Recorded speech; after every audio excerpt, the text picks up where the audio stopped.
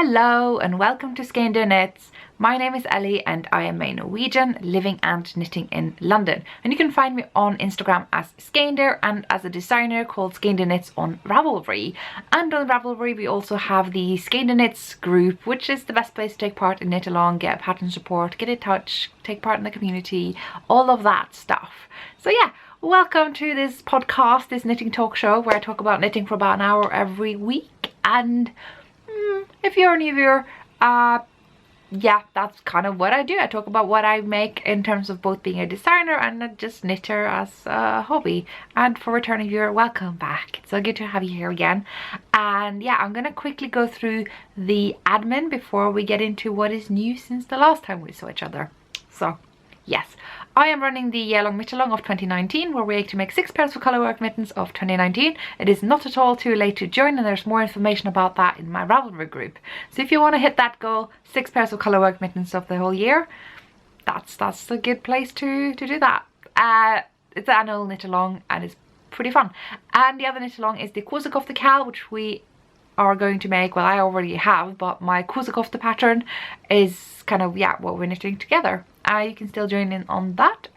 More discussions and such in the Ravelry group, and it's gonna be open probably until the end of summer, if not longer. I will see how people get on with it, but yeah, I don't have a deadline for that as of yet. So that was all the admin stuff out of the way, kind of, but I did launch 2 patterns last week, so I just wanted to thank you all so much for receiving them so well. It's been a long time since I have published any patterns on Ravelry, mostly because of demands of my full-time PhD, which is rough because whilst the PhD is my full-time job, my full-time income is the design thing. So it was really nice to be able to self-publish these previously print-published patterns, and I just wanted to thank you all for receiving them so well. And I also wanted to bring it up again because I suspect, I'm not sure, I didn't actually check, but going by my show notes for this week, I think I forgot to link to the patterns. So this time around I'm actually providing links down below so you can actually more easily find the patterns on Ravelry. But do bear in mind that I always link to my designer page on Ravelry, and via there you can obviously find all my designs, but also all my projects. So if you got any questions about that, usually the answer is right there, but I'm really sorry that I forgot to link to the patterns. That was neglectful of me. So I hope you have enjoyed those patterns. I hope you enjoyed my new template, because both of those patterns have my new template used. I kind of never aimed to be a designer when I started, so I just wrote stuff down in Word, which is fine, and you can export that as a PDF and off you go. And I was like, it's good enough. I need to focus on my degree. It's good enough. Just gonna do what's good enough. It doesn't have to be perfect. And it just started to bother me. After a while, I didn't like my template, and I have 4 years of training in Adobe InDesign, so it seemed my waste to waste all my graphic design knowledge, despite it being kind of stuck in CS6 limbo. It's really nice to utilize that again. I really want to use that more for my design. There's a lot of my media and graphic design studies that I do take use of now that I kind of work online, like editing these videos, like, yeah. So it's nice to be able to put that into the designer part of it as well, more directly. So I hope you like the new template. I hope I'm not the only one who's like really stupid excited about it. Yeah. And the template does fit a more concise writing style, so a lot of my kind of extra notes and such don't always fit in there. I'm gonna try to keep some of it, but chances are I'm gonna have to like get to grips with the whole tutorial making thing. I don't like it. They're not very nice when I make them. My camera seems to think that the carpet is the thing to focus on rather than my needles. So, but I might succumb to tutorials. I don't know. But they're gonna be for the paid for patterns, so don't get too excited. And the light situation today is in flux. I don't know what's happening. I'm using studio lights, but there's light outside, but it's not reliable, so I'm just dealing with it. I'm gonna see if I can let some of it in, because it seems a shame to miss out on it, because it's really quite lovely light, and in combination with the studio lights, like, yes. But yeah, very few of you guys probably studied this stuff in school and probably don't care, so I'm just gonna move on and talk about knitting again. But yeah, I am wearing Boxy by Hohi Locatelli. Well, it's made by me, but designed by Hohi Locatelli. She's got the YouTube channel, Hohi's Journal.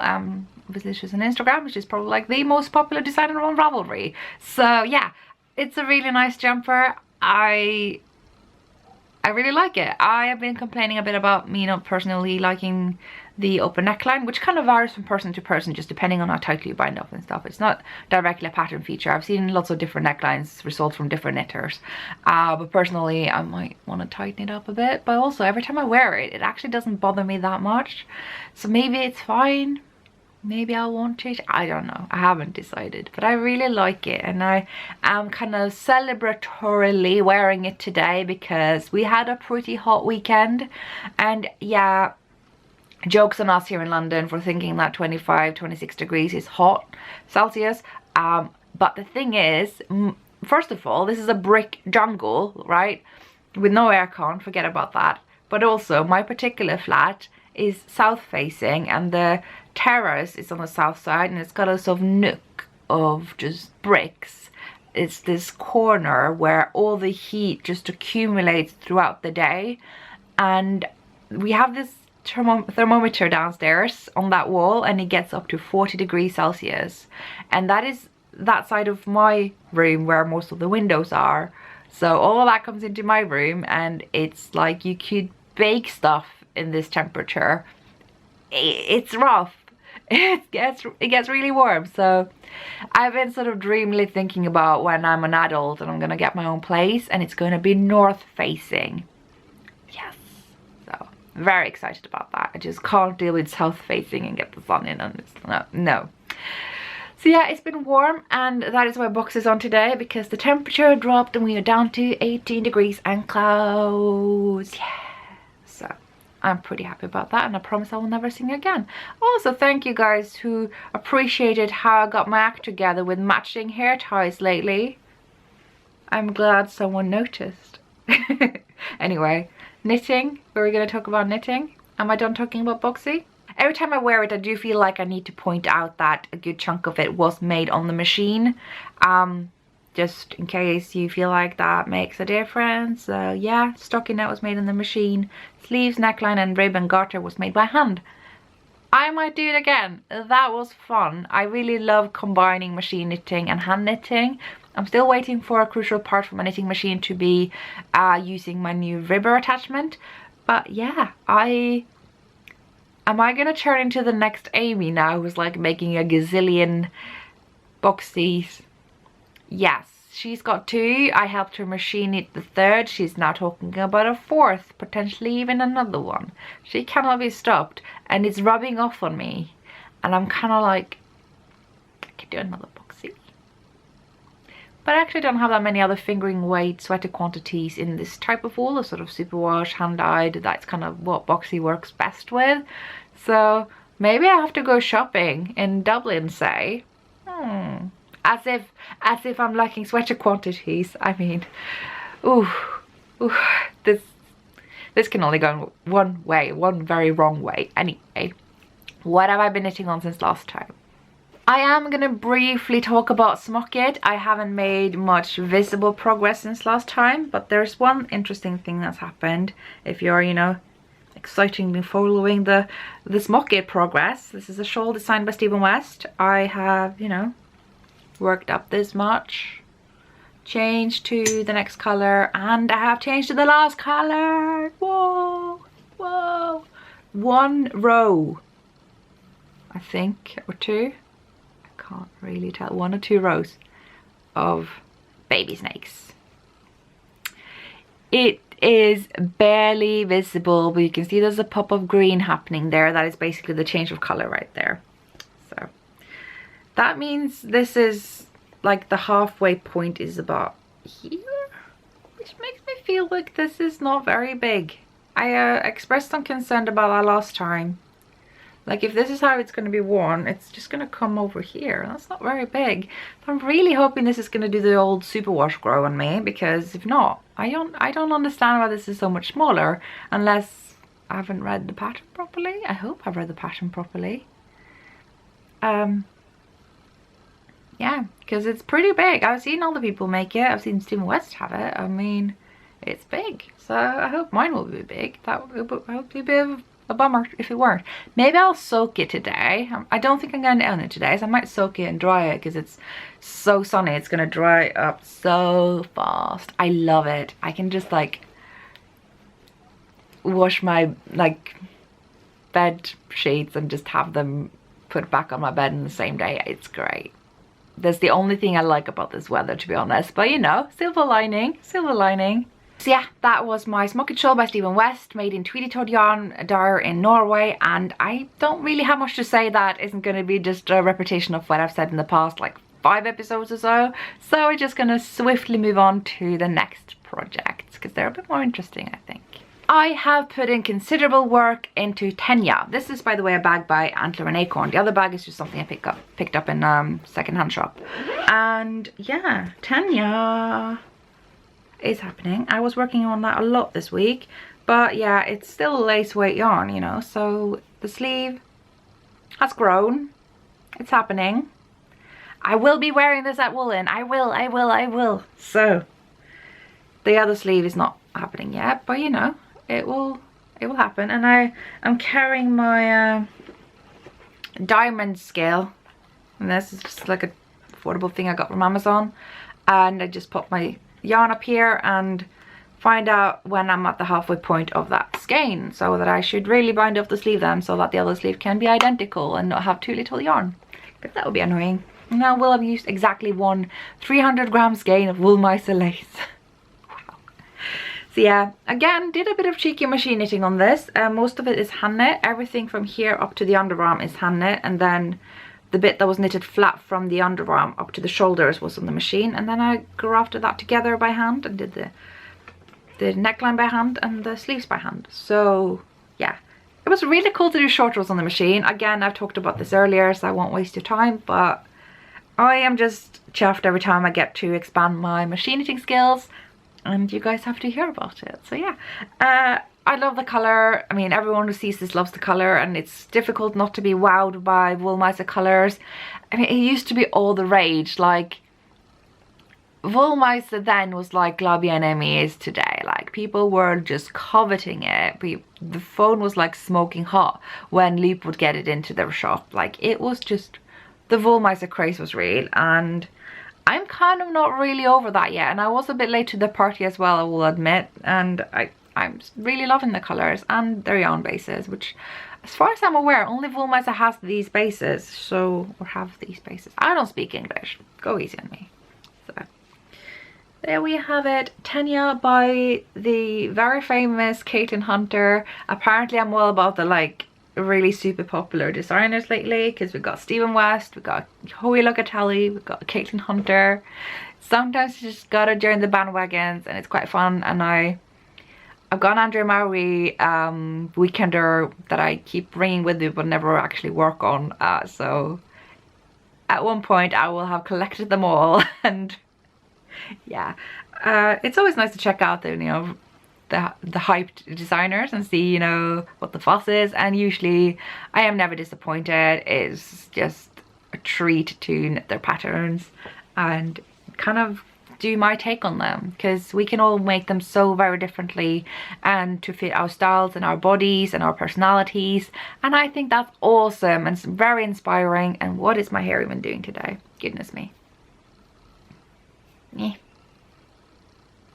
there's a long hair here.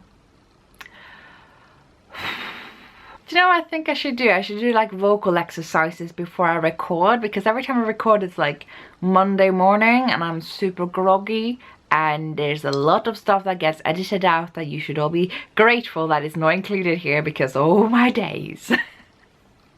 Stuff you needed to know. Anyway, you might remember that I had started knitting a jumper last episode to my lovely friend whose grandmother passed away. It's kind of unrelated that I decided to make a jumper for him. It was just kind of like, cast it on now, Ellie. Now you have some reason or whatever, just like a motivation to, you know, cheer up my friend, even though it's not going to be ready for a while. I have actually worked a considerable portion of this sweater this week, which I didn't see coming, but hey, I'll take it. So you'll remember I am working with Laine natural wool. It's a yarn that you can buy from Holbeum. They sent me this yarn and lots of other yarns for free, a huge pile of it, and I really enjoyed working with this yarn. It only comes in natural shades of like greyish browns, and it's really nice. It's sort of appropriately bouncy, soft, non-superwash. I would say wash this bun with a couple of plies, like 3 to 4. It's nice. I'm gonna say 4. I think it's 4. And yeah, pretty nice round. I should think it would be really nice for cables. I am thinking the cable gauge should have been tighter for the pattern that I chose, but anyway, we'll get to that when we get to that. But I have also worked up the sleeves, and both are actually finished. I am modifying this to be in the round, so that is why the sleeves are made in the round. And now that I look at them, all I can think about is the TV series Charm that I've sort of decided to revive. So I've been watching that the past weeks, and past Ellie would judge myself quite harshly, but you know what? I'm just gonna own it, and I've enjoyed it, and I want to season 4 now, and that's just, yeah. Anyway, this is a Michelle Wong sweater. It's the Oster sweater, brackets for him, because it's the male version, and it's got sleeves. Whoa! So there, sleeves. Ha! They were really quick to do. I mean, it's an 18 stitch gauge, so that is for me a 5mm needle. So crank these out pretty quickly. And yeah, you're just increasing often enough to keep you going, but also far enough apart that you make considerable progress every time you increase. And before you know it, you got a full-length male sleeve happening, and you got even 2. So, pretty long. I hope they're not too long. I bet my friend's got really long arms anyway, so it'll be fine. So I don't have to worry about the sleeves. That's pretty good, and I can just crank out the body, which I really should, because it's a lot of cables. I've kind of just assumed that it's going to be fine to attach the sleeves and decrease them altogether, raglan style. Because it's made to be a raglan sweater, but it's made to be knitted flat and seamed together. So I've just assumed that the decrease rates will work out somehow, and that there will be the same number of rounds for me. We assume that's going to be fine. Yeah, don't wanna look at the pattern and find out that I'm wrong. We'll wing it. It'll be fine. It'll be fine. And yes, are you ready to see the body? Brace yourself for the cables. Look at that. Look at all that progress. I think I got more than 2 repeats of the chart now. I think it's going to be like, I just counted on the photo and it looks like there's about 11 all the way up to the neckline. So it's probably a lot less than that before I join in with the sleeves. So, you know, that's motivating, because I don't feel like this took an awful lot of time exactly. So, optimism, yay! I was talking about the gauge earlier. I will say maybe this yarn is a little bit on the finer side, but I feel like the cable definition here is enough. It will be obviously a bit looser when it's on, well, not on the needles, because the needles are kind of holding it together a bit more, so it looks bouncier. This is probably a bit more accurate. So yeah, the definition isn't awesome. It would have been better maybe with a thicker yarn, but meh, I like it. I think it's pretty nice. I think my friend's gonna like it. It does look like something he would wear, I think. What do I know? He can be quite particular, but yeah, I'm pretty happy with this. He better like it. That's all I'm gonna say. If he doesn't, goodness me, am I gonna come for him? But yeah, all the cables. It's pretty enjoyable as well, because like most of this part of the cable is fairly intuitive. There's not too much cabling, so you work those rounds pretty quickly. And then there's like 1 or 2 here that are a bit more read the chart, but yeah, it doesn't frustrate me or anything. It's just something to power through, and I quite like projects that balance out the things that require a lot of focus and concentration, and a lot of things that are quite smooth sailing, like the Nedvin shawl, which actually didn't work on this week. But that's like that, where it's a lot of mindless knitting, and then whoop, you get to that point that is interesting, and it just keeps you going, and I just really like that. It's probably why I like lice patterns on Norwegian cardigans with the little dots all the time, so you just sound like, oh, I'm just gonna get to the next one and the next one, and just, you know. So yeah, it's really I want to spend a lot of time talking about this sweater and all the progress I've made, but what do you say other than it was cables, and then I did some cables and there were more cables, so what do you know? Cables. But yeah, cables. I'm really also pleased that I have learned to do cabling without a cable needle properly. I used to do the thing where you basically just try to fiddle your needle around to the first stitch and then go back and hit the other one, which works great for a 1x1 cable, but anything beyond that, it gets awfully fiddly, and it's a lot better to do the cabling without a cable needle where you start slipping stitches back and forth. Yeah, if you search cable knitting without cable needle on YouTube, I'm sure you're gonna find tutorials. Yeah, whoa, Ulster cardigan, sweater, goodness me. I hope to finish by Christmas, that's all I'm gonna say. It's not something I'm gonna like force myself to work on, so if you don't see it in the coming episodes, it's just because I thought it was better to have it started and in progress than nothing at all. So yeah, just one of those low-key projects that's hanging around, and it's nice that the sleeves are done. So this is just going to be for whenever I'm free to work cables, even though that was what the soda cardigan's supposed to be, and the Nug sweater and the Kala shawl and that hat and that other hat. Oh goodness me, oh, too many whips.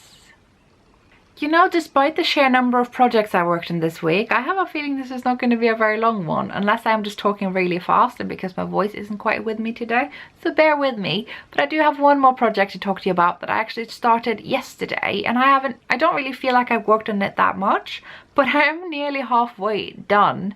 The reasons for that are a bit cheeky. It's a kind of modification of mine, because I have started Dotted Race by Stephen West. Yes, another Stephen West shawl. No, I haven't finished Exploration Station, nor obviously the Smocket shawl, but yeah, I started another one.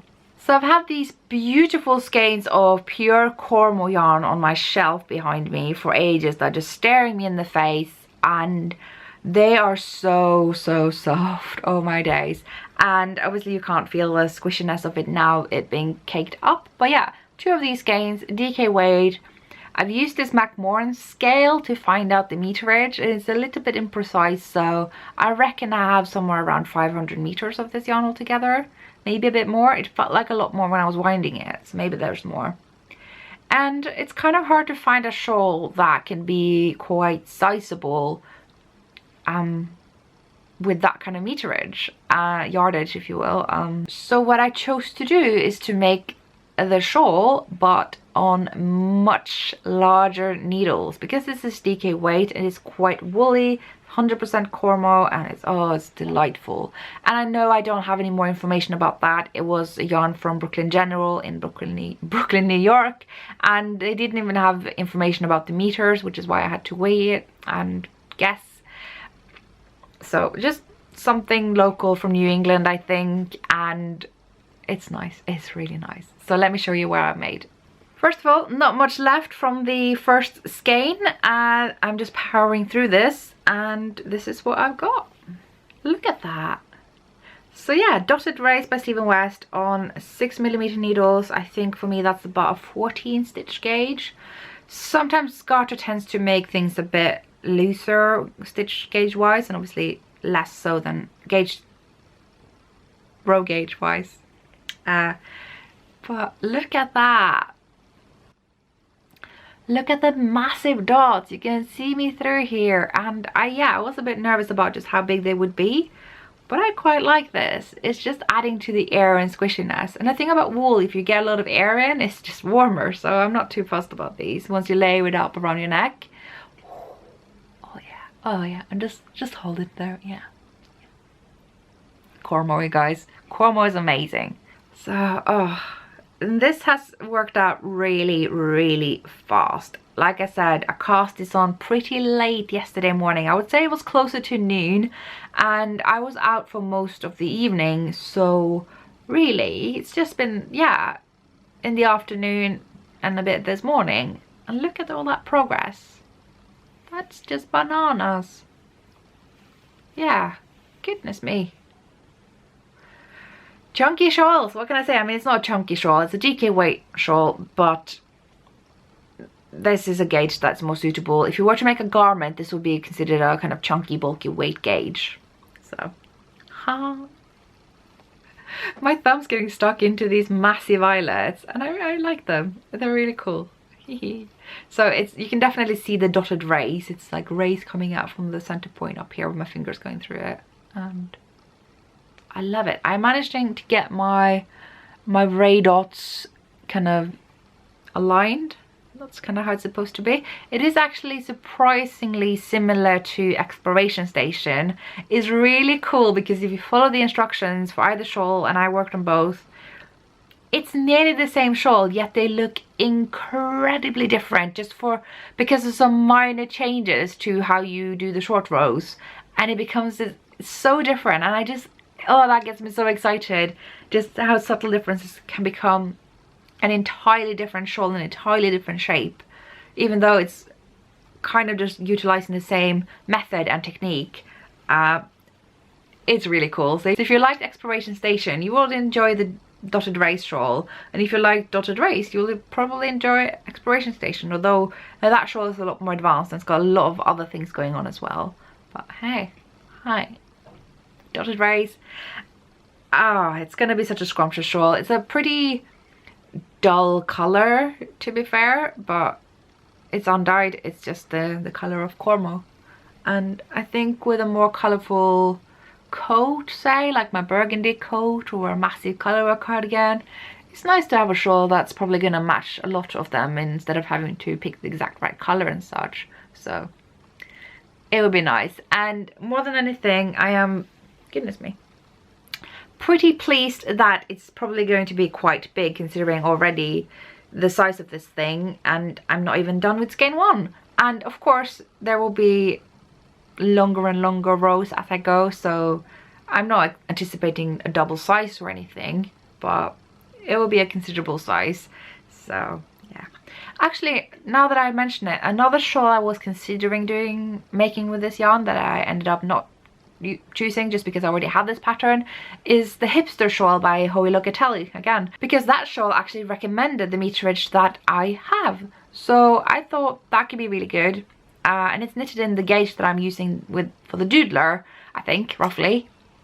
So if you'd rather use a pre-made pattern already, then the Hipster shawl by Hoey Locatelli would be a really good one.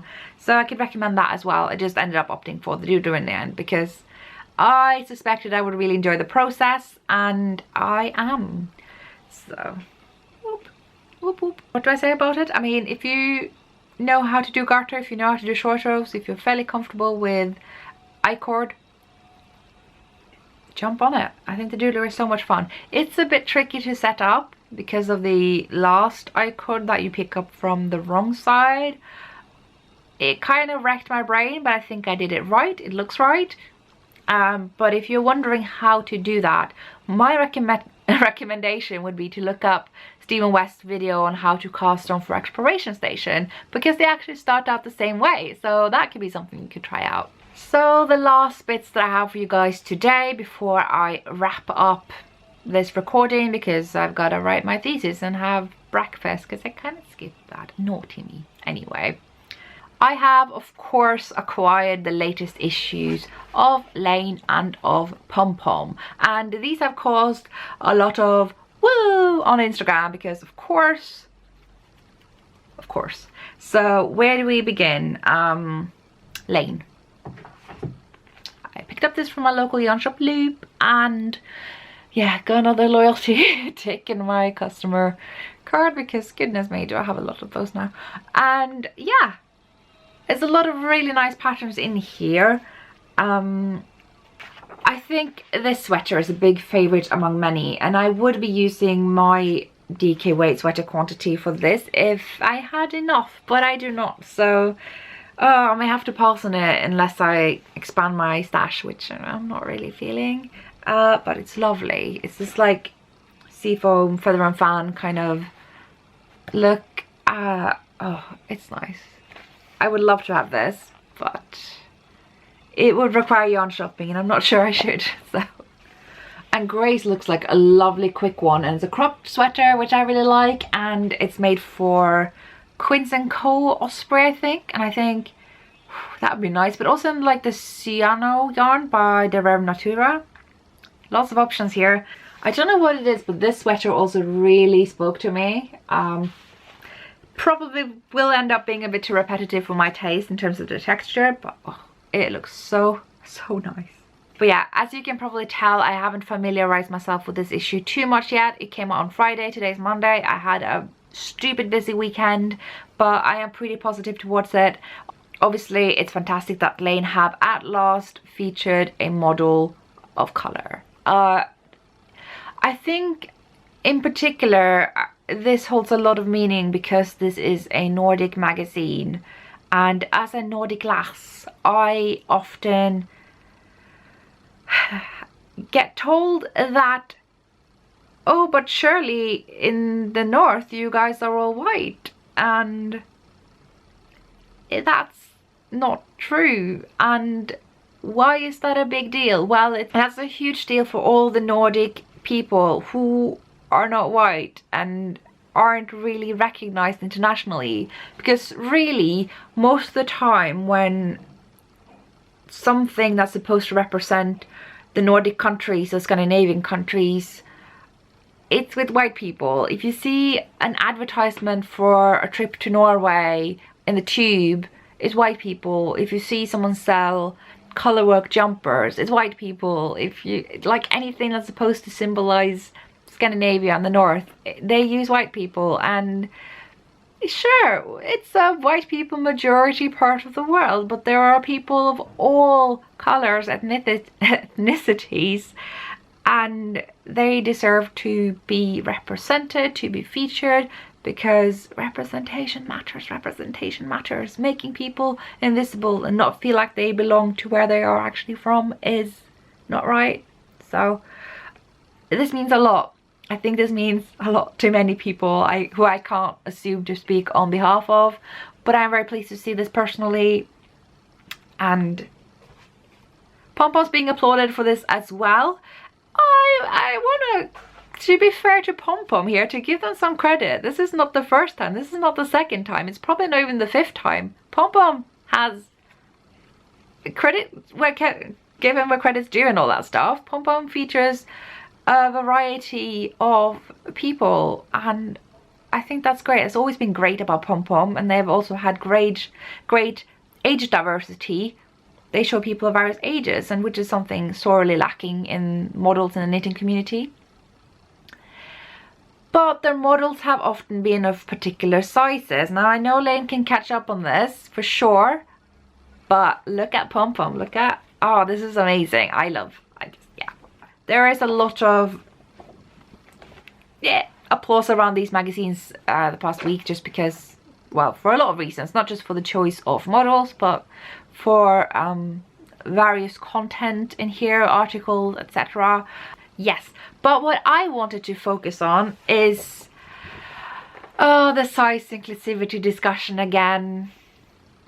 It's blown up on Instagram, and I am feeling very conflicted about it, because I feel like I am in a very unique position as someone who is quite, I like to use the word chubby. Some like to use the word fat. I sometimes feel like I fall somewhere weirdly in between. Most of the larger parts of me are from the waist down. There's about a 7-inch difference between my bust and my hip belly bum area, so you can imagine I'm sitting on a lot of me. And I have been a lot larger for the majority of my life. I was a very big girl. And I am also a designer. Not only am I a designer, but I am getting my full income stream from designing, and I feel like that particular perspective is rare and valuable. But I am tired. I am really tired, and the discussion has taken a turn that is tiring me out even more.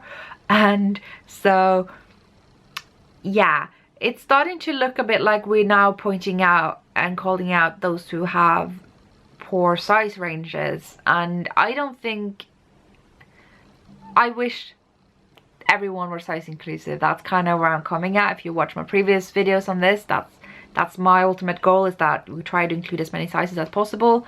But I'm not really in the camp of pointing out who doesn't do it, because many reasons, but the main reason is that it gives the impression that those are the few guilty ones, and it completely removes or sort of erases the reality that that is actually the industry standards. We're making the odd ones we're making some designers look like they are the odd ones out, when really this is pretty much the size range that everyone is using. We've been going on about how a size range that only goes up to the 40s in inches for bust measurements, and that's not enough. And the reason I bring it up now, going full circle back to these magazines, is that they used to never go beyond 46 to 48 inches. Laine used to have even smaller sizes than Pom Pom. Pom Pom used to pretty much have 46 to 48 inches be the upper size. That I'm pointing that out because that is the norm. That is the norm in the industry right now, and it's a lot better than it was a couple of years ago, where you could barely get beyond 40. And I don't think that's good enough. I don't think it's good enough, but we need to remember that this is a systemic issue across the board. It's not the issue with a couple of odd designers here and there. I think when we focus on that, we're missing the bigger picture. And having said that, I am not calling out these magazines because this is the most size inclusive both of them have ever been. They're pretty much all of their sizes are going up to the 50s. I would love them to see that they go up to the 60s, but you know what, 50s, pretty happy with that. So I actually wrote down to some friends of mine the size ranges subtracting positive ease, so I'm gonna read it up to you.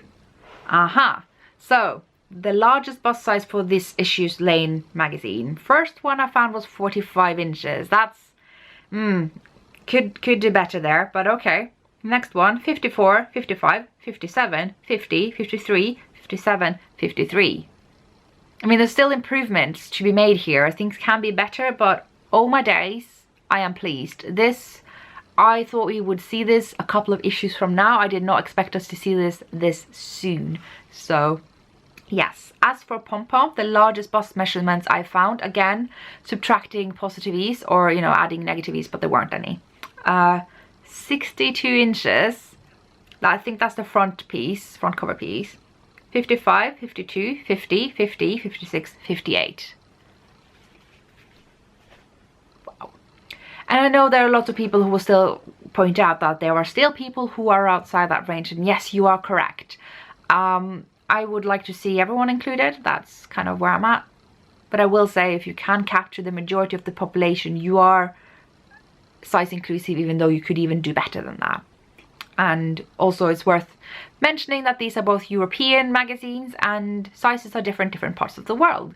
So overall, I am pretty pleased. I would still like to remind people that nothing's fixed, nothing's solved. We had still work to do. I still think we need to keep at it and point out when it's done right. I think that's the best thing we can do. If I can give any guidance, not that I like to tell people what to do and not to do, but if I could encourage one thing, is to highlight the ones who are size inclusive, bring them some positive attention, and, you know, speak up about it. I think that's the best way to do. I am personally not a believer in calling out the odd few who have narrow size ranges, just because that's the norm, and I don't want to give the impression that it's just a couple of designers, because it's just not. And I think if they can see how it benefits designers who are size inclusive, they will want to do that as well. If they can see the positive aspects of that, I'm a huge believer in that. So that's my happy soapbox today. Who knew I could take such a positive spin on that when I've been kind of tired from it this past week? I've got to be perfectly honest. But yeah, I like to think of what we can do and what we ought to do to make things better, and kind of be very constructive and productive and instructive about things. So obviously, as ever, I'm happy to hear people's points of views on this, for assuming that your ultimate goal is size inclusivity as well. So yeah, and that is all I have for you guys this week. The episodes are becoming a little bit shorter. It's mostly to blame on my thesis for that. But yeah, as ever, I want to thank you for watching. Hope to see some of you in Faversham the coming weekend, and maybe in Woolin a bit later. So yeah, thank you for watching. See you next time. Bye.